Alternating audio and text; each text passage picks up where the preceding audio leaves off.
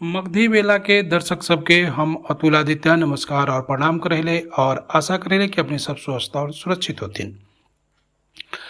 अथमलगोला प्रखंड के गंजपर गांव में 10 साल के एक बच्ची के गंगा नदी में डूबे से मृत्यु हो गए है। बच्ची गंगा नदी में बर्तन धोबे ला गेले हल, जहां नहाते वक्त ओकर मृत्यु हो गए।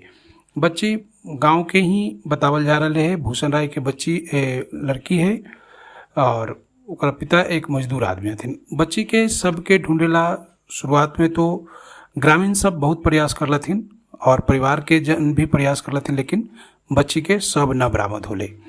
वहाँ प्रत्यक्षदर्शी जे देख के डूबते हुए देखले, उनकर कहना है कि बच्ची बस नज़दीक में ही नहा रहे हल, लेकिन पाँव फिसल गए और ओकर बाद जो है वो डूब गए। वहाँ पर उपस्थित जितना भी लोग हलथिन कुछ बचावे के भी कोशिश कर लथिन, लेकिन लड़की के बचा न पलथिन।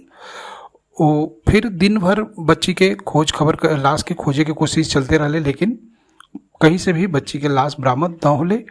फिर ओकर बाद जो है स्थानीय स्तर पर जो प्रशासन है वो अपना प्रयास जारी रखे और फिर एनडीएफ के टीम के बुलावल गए, लेकिन एनडीएफ के टीम से भी शाम 7 बजे तक लाश प्राप्त न होले।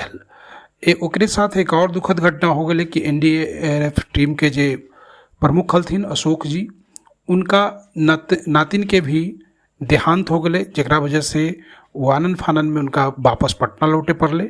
उनकर सहयोगी टीम के जे सदस्य सब हलथिन पुनः प्रयास जारी रखलथिन, लेकिन लड़की के शब्द बरामद न होले। अगर जैसे ही सब बरामद होवा है, हम अपने सबके फिर एक बारे में बतेबे। धन्यवाद। अपने सब देख रहे थे मगधी बेला के लाइक करते, सब्सक्राइब करते और बेल आइकन के दबा देते।